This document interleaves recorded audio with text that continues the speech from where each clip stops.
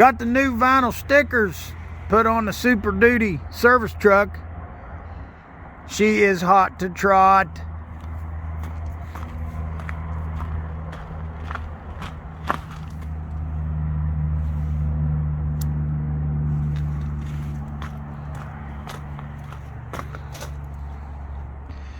I always had that on there, less yakking, more tacking. That's kind of funny to think of now, because serving the drilling industry, I was always one of the guys like out on a location. I don't like to talk when I'm working. I'm just working. But it's funny with these videos I make.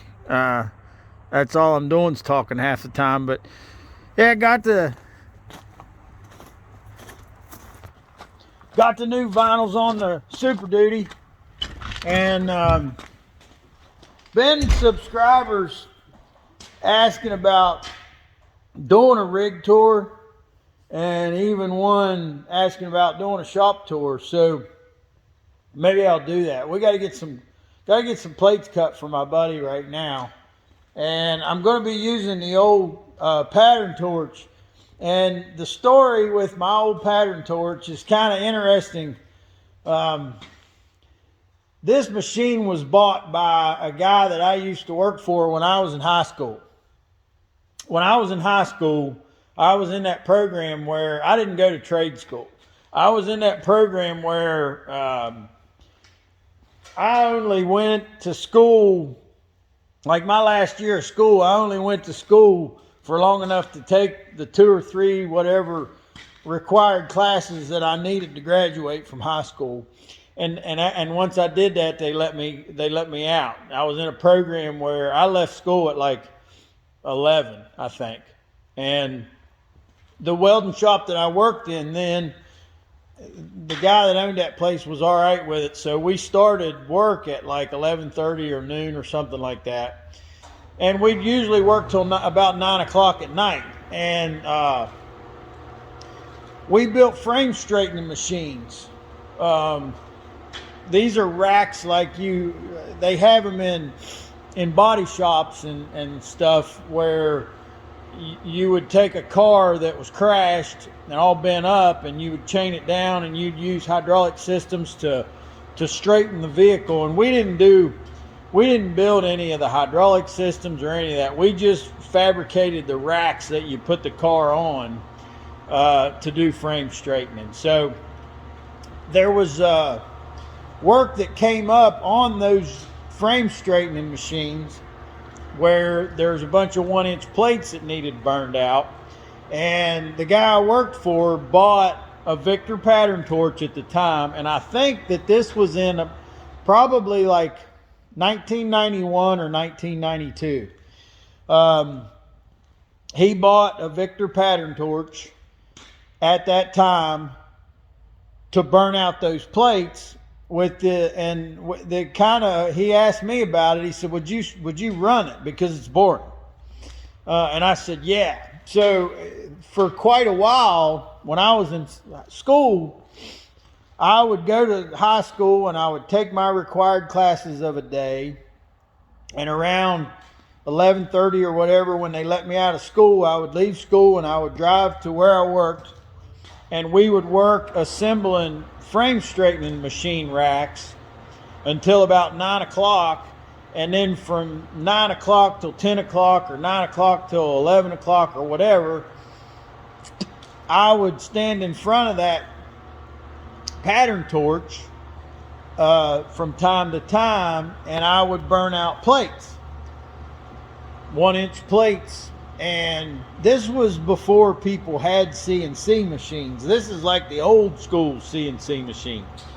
So what's crazy is that exact machine that I ran back whenever I was in high school, when that shop closed their doors and sold out, they had an auction, and I went there and I bought that machine. And that's this machine right here. And the way this machine works, you've got a machine torch, you've got a motor. At the top of this there's a gnarled magnet. You can see all the tiny shavings of metal that's stuck to that thing. Then you have your control right here, on and off, forward and reverse, and your speed adjustment. So the way this works is you cut out a pattern. You mount it in the machine. The magnet sticks to that steel pattern. You turn on the machine and the motor turns that magnet. And that gnarled magnet follows that pattern. While the plate that you're cutting is down here, and the torch is cutting out whatever shape, you've got your pattern up here. You can speed it up, slow it down.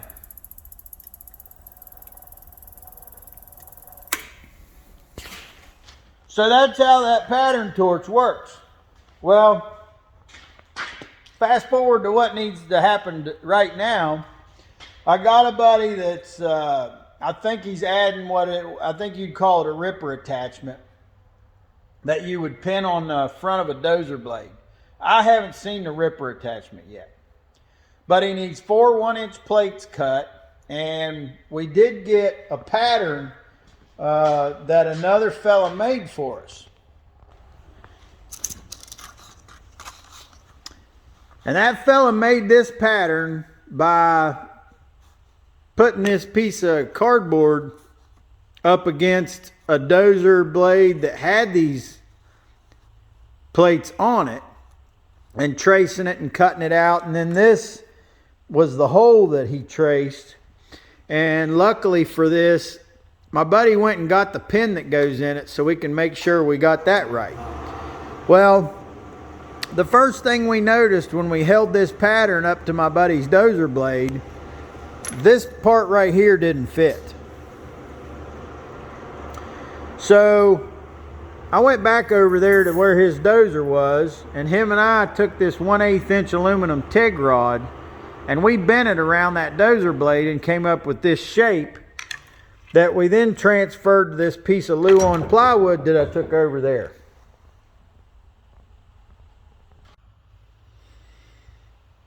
Once we had that shape transferred to the Luan plywood, I cut that out with a jigsaw to give us something that we could actually try on the dozer blade, to see how it fit. And it fit, but it could have had about 1/8 of an inch added right here. And I marked that on the pattern. 1/8 of an inch to nothing. So, using the information of all of this and knowing with the pin size and where it was, I can do the marking of the hole by measurement. And I transferred from the Luan plywood to the steel, added my 1/8, added the hole, and this is what I'm going to be cutting out as the pattern to put in the machine to cut out these 1-inch plates. Well, here's something that I've learned about this machine. Your pattern cannot be exactly the same size as the plate that you're going to be cutting out. But what I have learned that you can do, if you have a mark on your plate that's exactly what you want, instead of cutting outside of this line like you normally would to make your part the size of your mark, I cut on the inside of the line. So I'm making a pattern that is that cut kerf smaller than what I want. Then when I put the pattern in the machine and the machine follows around that pattern, it changes again and makes it back to this size. And it makes a difference whether you're talking about the inside or the outside. And I'll show you when I cut it out on the perimeter here. I'll be cutting on the inside of the line. Now on this hole, I'll be cutting on the outside of the line. And that's because as it transfers from inside, following inside of the hole on the pattern, and outside, it makes that difference. So for a perimeter, I'm cutting on the inside. For some hole or something interior, I'd be cutting on the outside. So we'll cut out this pattern. Now these patterns can be cut out of whatever material you want. I like to use at least quarter. We're using a piece of half for this, and the reason I'm using a piece of half is I just have a piece that's big enough.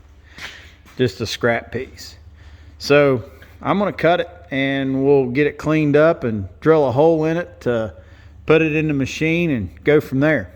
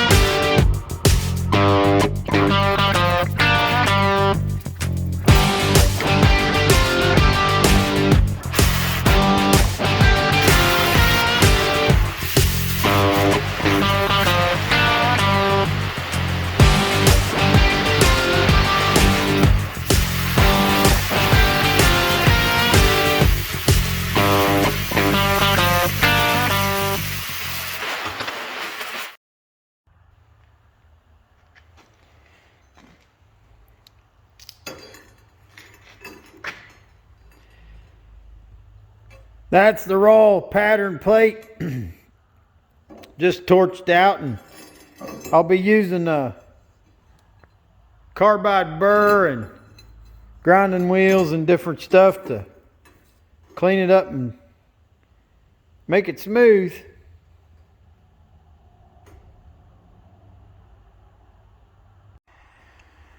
Been working on getting this cleaned up. I've got most of the roughness off of it, and so far so good, I would say.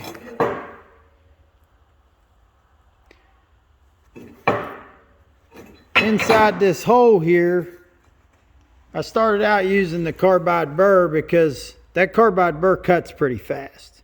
The only problem that I see with this on a hole that size is this is so small that it doesn't really help to get that big of a hole, you know, rounded. And so I use this. You can get these that'll go on your grinder, regular 5/8 arbor, and it's a little bigger diameter, but these don't cut metal very good. These don't remove metal very good. They're, you know, it's more of a polish. And A tip kind of on grinding. Let me get this glove off. You wouldn't think you'd really need tips on grinding, but be surprised how much flatter you can get things if you use your grinding wheel in the right way. You know, the fastest way to grind, you take a grinding wheel and you're grinding on something like this. You know, you're grinding pretty much, you're grinding 90 degrees from the material, and that'll cut material off really fast. But it will gouge into this material, and it's not really flat when you do that. It's easy to gouge in and make humps and bumps in it. And if you want this to get, you know, really flat, something that really works great is to lay the grinding wheel flat on it and grind. And you know, when you do that, it's got to come out as flat as your wheel. You know, you have a flat spot there that's however wide, and you know, a bigger grinder, like if you got a 7-inch, this one I had a 9-inch, this is a 9-inch wheel that's been worn a little bit, but if you lay that flat on something and grind, then you know, that's a pretty large flat area. Obviously, you know, it's not a milling machine, but that's as close to a milling machine as what I've got, and in a lot of cases it'll get her, you know, pretty good. And obviously with that much of the stone touching the material, you're not going to grind fast, but you will get it flat. And you may notice that when you put your wheel flat on something and go, you can look at the marks on it and see where you've hit and where you haven't. And obviously the places that you haven't made contact with the stone, when you do that, places that you haven't made contact are low spots. So that's something that'll show you. This is good enough. I'm going to hit it with a sanding pad, and I'm going to hit it flat with the sanding pad. And you know, when I do that, I'll be using that flat area to get my edges flat.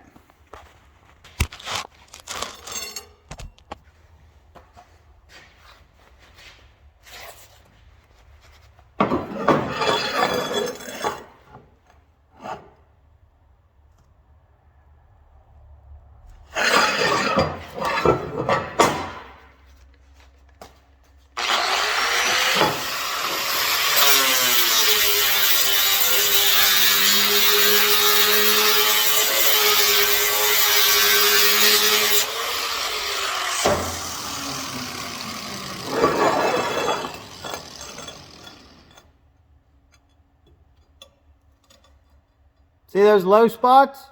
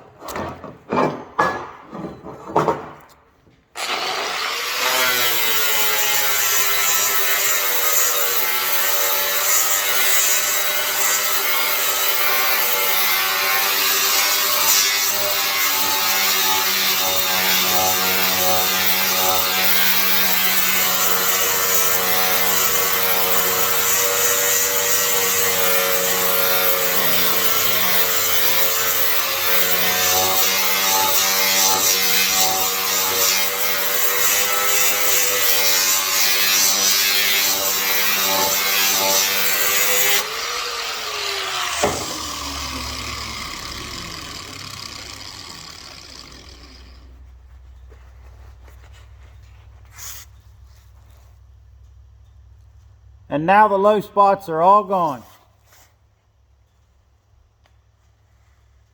That's pretty straight.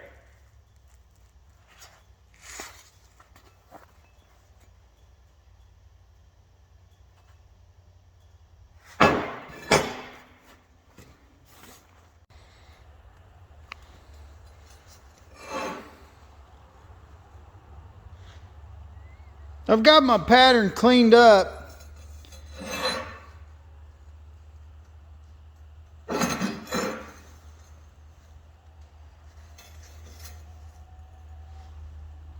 One of the things I was just thinking about, since that dozer that this is going to go on isn't very far from here, I think I'm going to jump in the old blue blazer with this pattern and run over there and hold it up on that dozer blade and just see how it looks.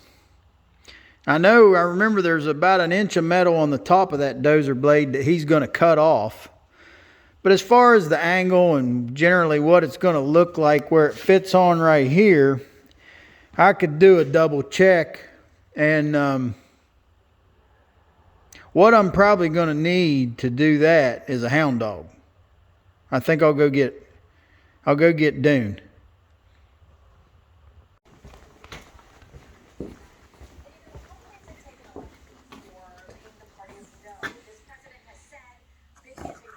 Miss Zoe, relaxing. But what about the big hound doggy? Hey, Dune, you can't be laying around here with these girls all day. Come on, let's go.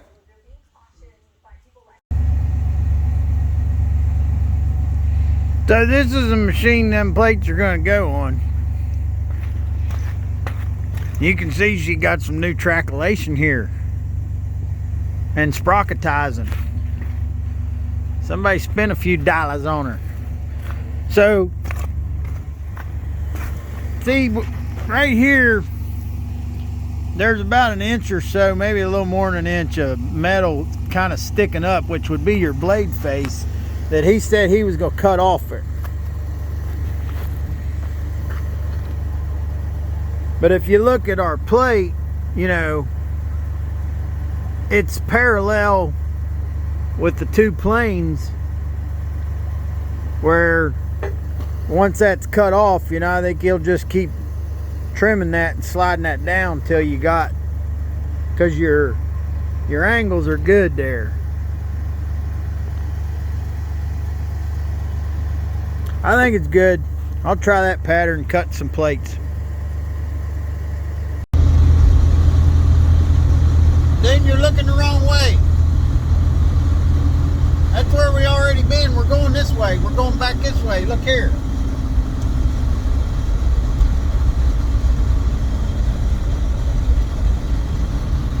His cornbread ain't done in the middle.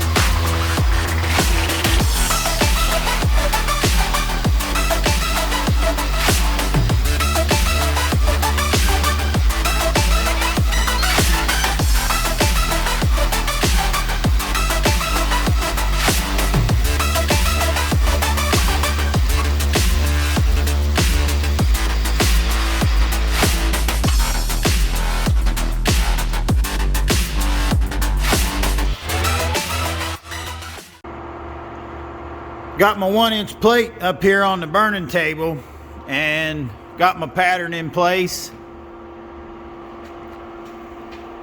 This is that rotor I was talking about. This is magnetic. It's going to follow that pattern. But as you can see, I'm going to have to do something different to make it cut in here. And I don't really think when they designed this machine that they meant for you to do that. But it can be done, and I'm going to show you how I do it on this machine. And at the same time, I think you can see how I talked earlier about how your pattern needs to be a little bit smaller than what your plate's going to come out. You know, the center of this is the center of this, and then this removes 1/8 of an inch, so you have your kerf and all of that. And that's the reason this needs to be smaller. You know, the kerf, or the amount of steel that your flame cuts out, is going to make a difference in the size of a piece, and it makes a double difference when you consider that you're cutting all the way around something. And it makes the opposite difference when you're cutting inside of a hole like that, as opposed to the machine following the outside of a pattern like that. So let me show you the way I get this to do an inside. I found some instructions that I'm not ever going to use for anything else, and I'm going to jam them up here.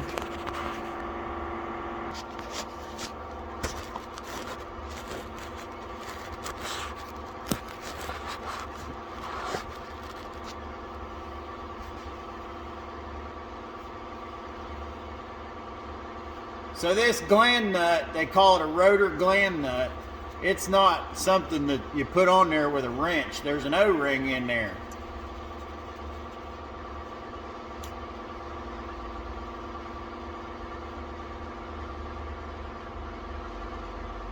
That rubber O-ring down inside here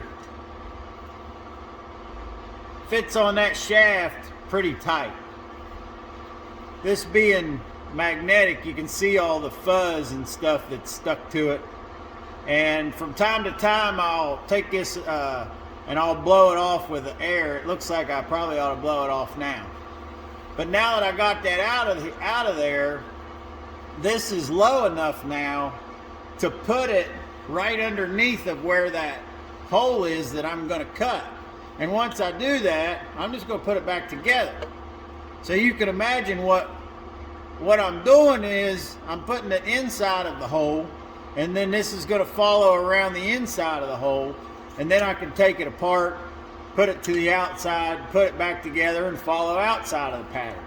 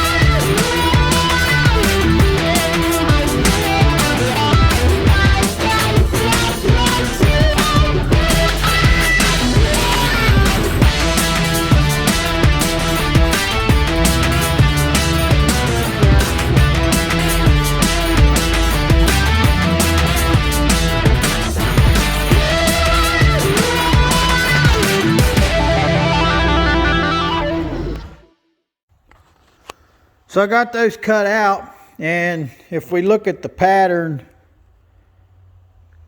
for this cutout right here, that really did really good. I'm happy with that. And one thing I want to point out, if you notice how on the pattern, the way we marked it, that point there is really sharp. When you do something that you're going to weld, I recommend you don't leave the sharp point.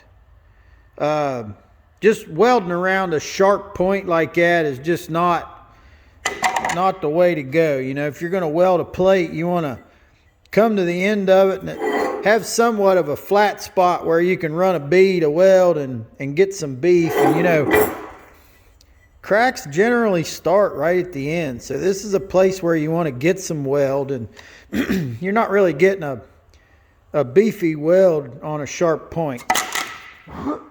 Now, one of the things I noticed right away, even right on the first one, right off the bat, I realized that I got quite a bit of slack in this hole. That hole could have been smaller. And I had to make the decision right then as to whether or not I would want to maybe run a bead of weld inside of this pattern and grind it out, you know, to burn the rest of the plates with a hole that's a little bit smaller.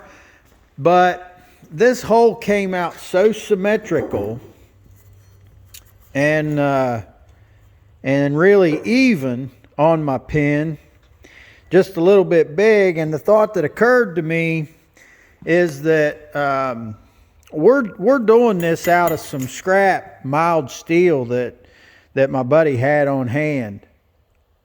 I'm positive that if the manufacturer was making these plates for this use to put on that dozer blade, they would not use mild steel.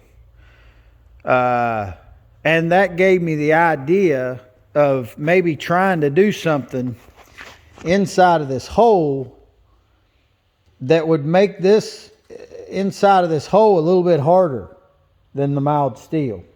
Because I'm sure if John Deere put these on a dozer blade, they would use some kind of a hardened plate, a hard ox or an AR plate or something that would last longer.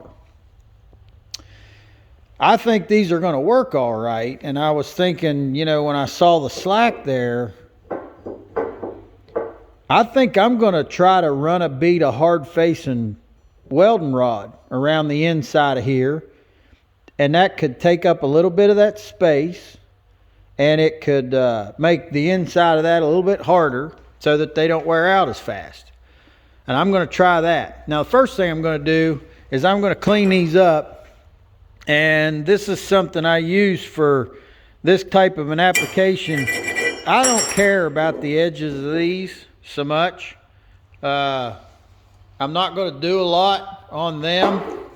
But I'm just going to go around flat and knock some of the mess off. And with grinding wheels like this, you can do that. You can lay that wheel flat on something. With grinding wheels like this, you can't. If you buy your small wheels, though, with this type of nut arbor on them, they're really expensive. And you know, it's not like a big 9-inch that you have on your grinder for quite some time. These wear out pretty quick, the little ones. And years ago, I discovered these diamond grinding wheels. And actually, the first one I got from a guy that came here and gave me this, and I was really happy with it. And then he sold me a 14-inch diamond saw blade.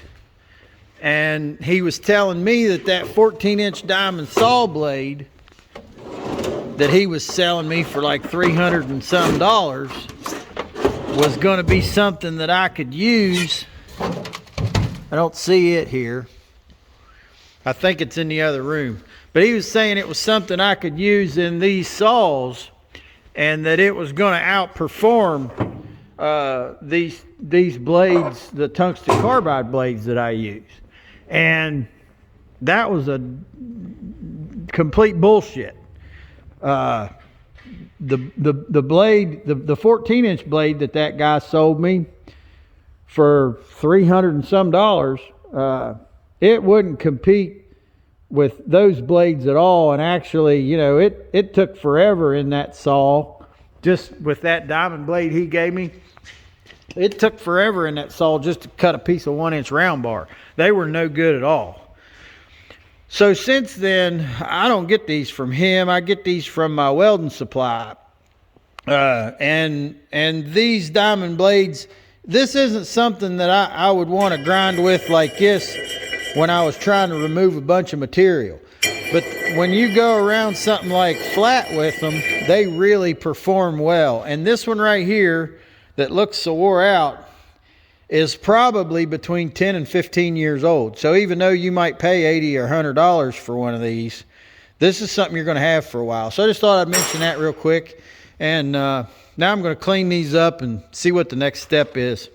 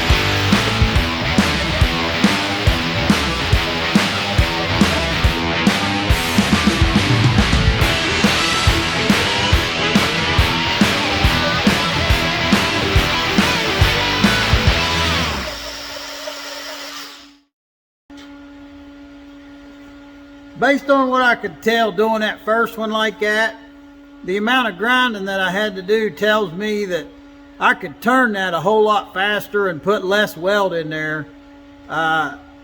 If I put less weld in there, there'll be a little bit less grinding.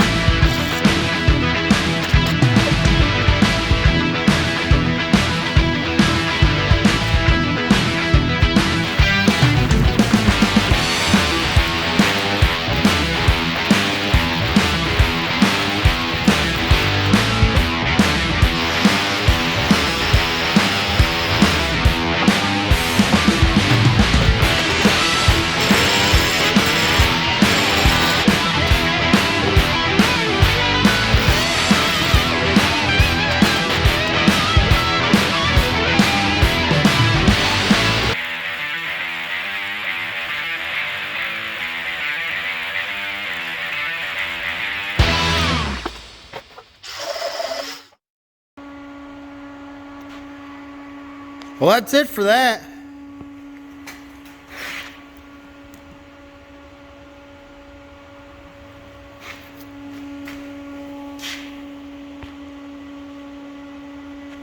They each got that little bead of hard facing in them. Tighten that hole up a little bit and